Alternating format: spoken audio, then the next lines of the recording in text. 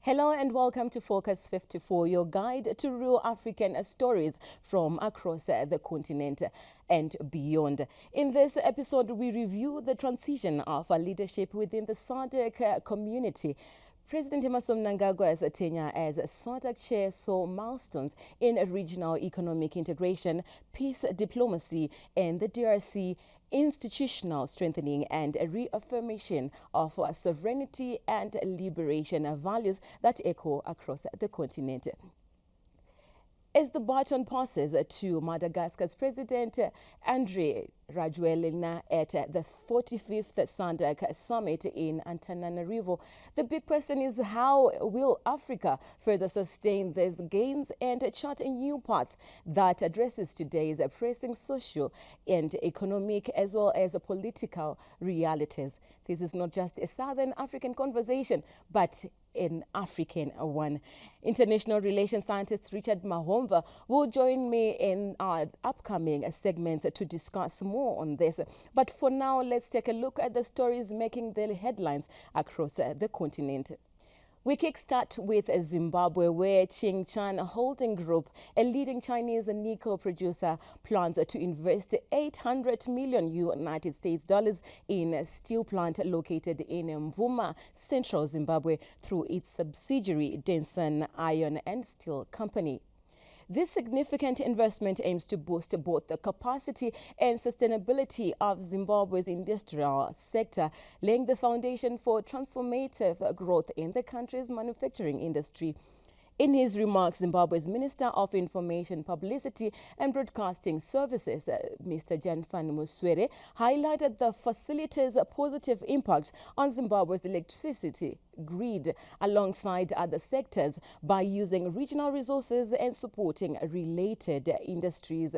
Tsingshan's investment is reportedly set to drive Zimbabwe's industrial transformation by boosting infrastructure, expanding manufacturing, stabilizing the economy, and paving the way for future technological growth. Up next in Madagascar, the country assumed the rotating chairmanship of the Southern Development Community, that is the SADC, for the first time in its history on Sunday.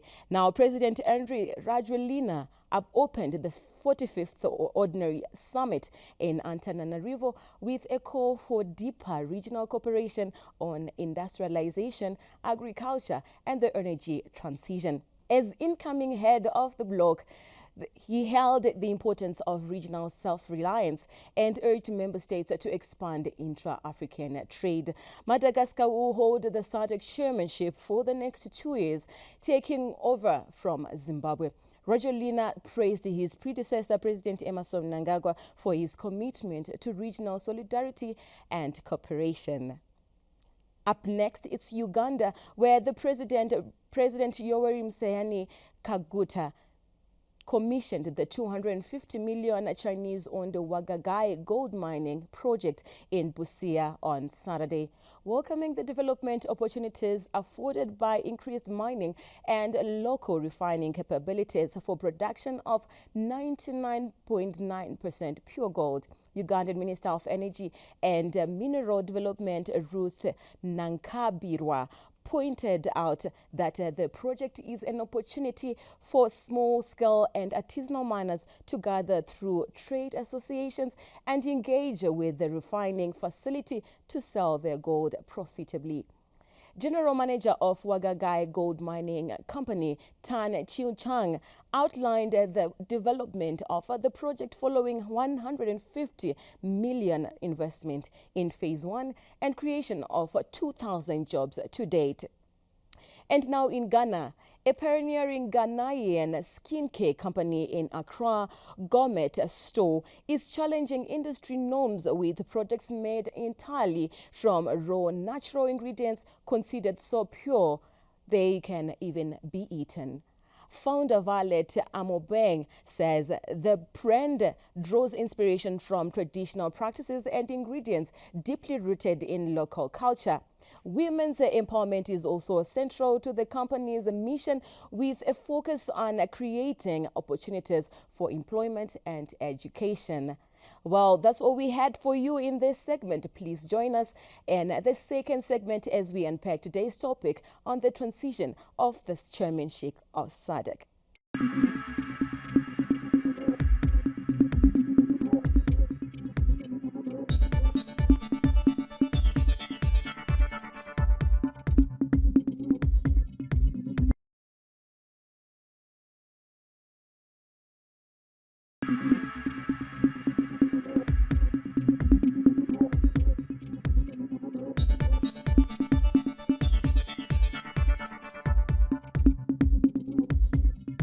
Welcome back to this segment of Focus 54, and we're now joined in the studio by a political scientist, Mr. Richard Mahomva. Welcome to Focus 54. Thank you for inviting me to discuss. Welcome. I appreciate it. Welcome. So let's get into it. When we look at President Mnangagwa's tenure as the SADC Chair, one of the strongest themes that emerges is his focus on a regional economic integration and the push for real social progress. Now, the big question now is how these initiatives can be sustained and expanded under President Rajoelina's leadership. So the starting point is that we need to analyze, we need to dissect, we need to unpack his interest in issues of regional integration, right? You'd notice that as a Pan-Africanist, President Emmerson Mnangagwa has got his political genealogy that can be traced to the UNIP of Zambia, that can be traced to his apprenticeship to founding fathers like Nyerere of Tanzania and Joshua Nkomo, because in the 60s, he had a direct interface with all these luminaries. So for him, the issue of regional integration is not just an administrative issue, but it is an issue of ideological conviction. This is why even when you come back home, the issue of regional balancing in terms of, the balanced commemoration of national events has been actually put to the fore. And why is that important? It is important because that enhances issues of national unification, regional unification, and African unification. But most importantly, this is a president who was able to have a diplomatic breakthrough that culminated in this entire SADC community declaring 25 October as the anti-sanctions day. So if you look at all these issues, it then shows you that there's this emotive thrust of President Emmerson Mnangagwa's interest in regional integration, and of course it depicts Zimbabwe's international relations outlook. So speaking of all that you say, the legacy of President Emmerson Mnangagwa, do you think this new SADC Chair can canvas and expand that legacy? Well, the SADC regional grouping is an institution. So institutions are able to push institutional values. Yes, whilst Zimbabwe had its own unique footprint as a state that is also a think tank in terms of African renaissance, but we need to appreciate that SADC has got institutional values, an institutional modus operandi that will sustain these things. And to back that particular point, you'd also recall that the SADC Industrialization Week was an innovation of Zimbabwe in 2004. And then it has been maintained every other time. So there is institutions which will actually carry some of these values. So socially, President Mnangagwa's leadership often emphasized the silencing of guns and protecting sovereignty. How effectively has this been addressed during his tenure? So the silencing of guns, you'd recall that it is a clarion call of the African Union. And what Zimbabwe has been doing has been to reaffirm, has been to strengthen, has been to deepen that particular perspective. And what is of interest is that a pragmatic implementation of that protocol, of that modality, has been that of ensuring that we found ourselves having the joint East African Community and SADC Summit. That has never happened. Okay. To have two regional blocks coming together to ameliorate a conflict situation. And that is going to be a sustained project of building peace in the Congo.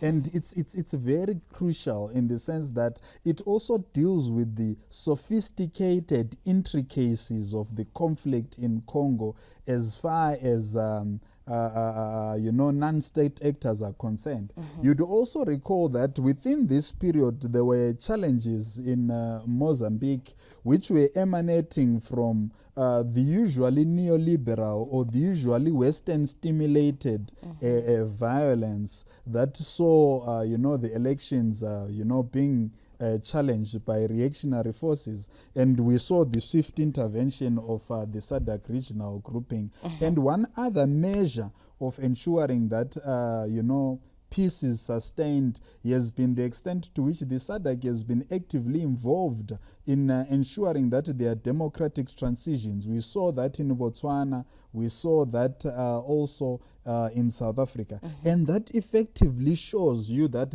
there were many governance confluences of ensuring that there is peace, long-lasting peace, from a democratic point of view, from an economic point of view, and many other facets. Okay. Yeah. Speaking of peace, we've seen the region has so many complexities, like in the form of conflicts and maybe unemployment, youth unemployment, inequity and displacement that continues to challenge the region. How should the incoming chair move beyond the rhetoric to tackle the root causes of this? Well, the first issue, I think it's a universal intervention that I think all of our governments should consider. If you look at the thrust of governance, or if you look at the thrust of politics, governance and politics also as an operational model of running a state, it should humanize power. And when power is humanized, it means governance then becomes a vehicle for public happiness. And when there is public happiness, it means that issues that trigger displacements will be considered and even abandoned. Issues of class divides will be considered and thrown away. So we need to develop governance models that actually engage the public, promote social integration, and make the citizens of the region a happy lot. That is what sustains peace. Okay. So critics argue that the SADC too often celebrates summits without tangible socio-economic progress. Did President Emmerson Mnangagwa manage to break this trend? And if not, how can the new chair convert diplomatic milestones into measurable development outcomes for the region's populations? So I think before we channel the discussion to milestones, to the so-called tangible milestones, you want to look at the extent to which the SADC as an institution was de-eliticized and popularized. And in his addresses, President Emmerson Mnangagwa was quite emphatic that he was not the chair of SADC in his person. Right? But he emphasized the fact that all Zimbabweans were chairs of SADC, to a point that it became more of a street discourse to say Tesetrima chairman SADC. Yes. Right? You had songs, you had wide media coverage of all that. So I think Zimbabwe managed to de-eliticize that multilateral, heavy-handedness of SADC and brought it to the doorsteps of every Zimbabwean. And I think that is a huge milestone. And then when the people saw the infrastructure development, when the people began to have companies that were actually providing goods and services for SADC, it actually meant that SADC became an organic creature of public interaction other than conference diplomacy. Because we were able to get the impact of SADC to the people in Bare, to the people in Zengeza, to the people in Mapuku, to the people in Pumula and Ngeta. Everyone had this passionate claim to the SADC. And that's how Africans across the continent should have this passionate claim to institutions like SADC, like ECOWAS, like the African Union, and many other regional economic groupings. That on its own is an identity reaffirmation of the unity, the peace and development we should push together as citizens of the continent, and not necessarily leaving that burden to politicians. Okay. So institutional progress like the SADC Secretariat, headquarters handover, and the groundbreaking of the logistics depot were highlights under Zimbabwe's chairmanship. What practical steps should the new chair take to ensure these institutions are not just symbolic but serve regional citizens socio-economically? So if you look at beyond the 44th SADC Summit of Heads of State, you had health conferences, education conferences, and we also had the honor of hosting the physical SADC Media Awards. You also had meetings for ministers of finance. There was a gamut, there was a confetti of all these deliberations. And what did that mean? It meant that Zimbabwe invested its resources to oiling the SADC machinery by hosting these various protocol meetings. So we would want that culture to be sustained across the continent, so that each member state, whenever they are hosting the regional bloc, they continuously ensure that these initiatives are kept alive, and in the process, beyond the confines of diplomatic linearity, would want a situation whereby there is a clear-cut monitoring and evaluation framework of what all these multifaceted governance meetings of the SADC, which subsequently follow summits, to see what they would actually be achieving. Okay. Yeah. So we all had the SADC major milestone is now has become interactive more than it has been an elitist conference block. Join us in our last and third segment of Focus 54. Stay tuned.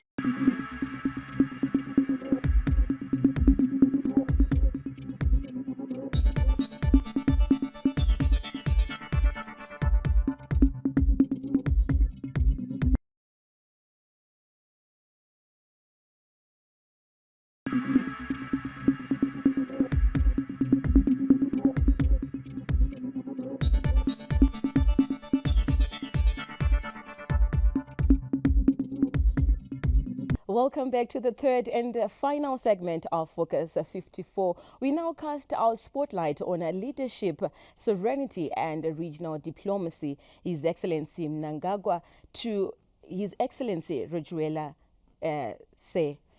President Mnangagwa co-chaired the historic EAC SADC summit on DRC conflict, pushing for a unified peace framework. Do you think this legacy gives the incumbent president a stronger platform to consolidate SADC's role as a peace broker? It's like I've already alluded to this. It was historic. For the first time ever in the history of African integration, it was the first time regional groupings actually have a joint summit. So that happened at the behest of Zimbabwe. Okay. So it shows the extent to which Zimbabwe is a consistent pioneering think tank for African unity, for African renaissance, because we've always led, you remember, we led the fast-track land reform, we led the birth of, economic indigenization in the continent, we led also the establishment of the SADC Industrialization Week. So it reinforces how we bring novelty to African diplomacy, how we bring pioneering genius to issues of African statecraft. And that is something I think which Zimbabwe has also reasserted in its past chairmanship. And do you think Madagascar will face new challenges in sustaining regional stability? Well, not necessarily Madagascar, as much as, not necessarily Madagascar, but it's the SADC. as a group. Yes, challenges are going to be there, but remember how the institution of SADC functions. There is what is called the Troika. The Troika is a platform that has the former chairing state, the incumbent chairing state, and then the incoming chairing state. So under the circumstances, it means that the former chairing state is able to give certain wisdoms on how certain things were handled in terms of diplomacy. And that automatically means that the past chairing state becomes an advisor to the chairing state. Who also which then the chairing state also mentors the incoming SADC chairing state. And so it becomes a system. Yeah, so it's a system that traces the past, the present, and the future in terms of managing issues of the region. So it's not necessarily about a particular country, being able to do things better than another country. There is a well-oiled system, but Zimbabwe was able to actually produce novelties. Well, it's because of our competency, and we can't expect others perhaps to meet the bar that we have set, but it is not about competition. Ultimately, it is about the collective, unity, development, and prosperity of the region. Though we did well and we're worth emulating, we are hopeful that the incumbent chairing state would want to emulate and pass on that culture to the incoming SADC member state next year for the 46th SADC Heads of State Summit. Speaking about the bar raised by Zimbabwe, President Emmerson Mnangagwa was vocal on liberation struggles, notably Western Sahara, arguing that Africa is not fully free until its last colony is liberated. Did this mean anything in terms of achievement, and how should the new chair adopt the same assertive stance on unfinished liberation? Well, it's a collective mandate of all member states, really. This is why you'd also notice that in the last, stint of our chairmanship, South Africa hosted the Liberation Summit, where Zimbabwe participated. So beyond the diplomatic confines or beyond the diplomatic parameters of state actors, there is this continued collective voice amongst the liberation movements to want to challenge the remnants of colonialism, to want to dismantle the institutional hangover of imperialism. So there is this collective voice, and as long as Africa's circumstances remain unchanged, given that also you've got looming sanctions on South Africa by the usual global violators of, diplomacy through sanctions, it means that Africa will continue to speak because Africa has spoke, and we should think in terms of Africa speaking against imperialism in the future if imperialism does not give a repentant turn in how it interacts with the global north, particularly the African continent and the SADC. Okay, on external relations, the president balanced the sovereignty with global partnerships, exemplified by the SADC-USA dialogue. And with his strategy, how should the new chair continue this outward-looking diplomacy? Well, I think we must not want to emphasize that there was something novel or something unique about us interacting with Americans as if they're not like any other state. We should interact with states which respect us as Africans, and states which respect the interests of the African continent. We must not celebrate, being associated with a certain section of the imperialist world. We must not celebrate excesses of association with other continents which we think are better than us. So I see it as an interaction of the SADC, interaction of Zimbabwe with a fellow member of the international community, not necessarily a big power. And it should be normal and not worth inflating. Yeah, sure. Yeah. So lastly, President Mnangagwa's leadership style was often described as firm, assertive, and sovereignty-driven. In your own view, how do you rate his leadership, and do you think that the incumbent leadership should emulate this approach? Well, all nations always pursue issues of, rather, maybe let me go back to political philosophy. If you read, and apologies because I'm going to use a Western example. If you read the history of the Roman Empire, it was anchored on what they refer to as the triumvirate base, or the trinity of the state. And that concept of the triumvirate base of the state, it argues that all nations are founded on principles of national liberation, national sovereignty, and the protection of the national economy. Right? So the issue of sovereignty will always be a permanent feature of how states interact with multilateral institutions. So we should not expect other states to want to emulate the issue of sovereignty assertion as if it's a very unique or peculiar thing to Zimbabwe, but rather it is a generic feature of how states should preserve themselves and how states should choose allies and how states should decide their economic policies and how states should protect their independence in the same way we are protecting our independence from the heinous illegal sanctions, from the continued pillaging of the African continent by exploitative forces of the global north. So the issue of sovereignty should be the anchoring cornerstone of the survival of the SADC regional bloc of the African Union. Okay. Yeah. Thank you so much, Say, for joining us in the studio. It was a very insightful discussion. The transition marks a new chapter for the regional bloc, and it's now up to Madagascar to keep the ball rolling in as far as regional integration and development is concerned. I'm your host, Prudence Mutimbanyoka. Join us next week, same time, same place. Stay blessed.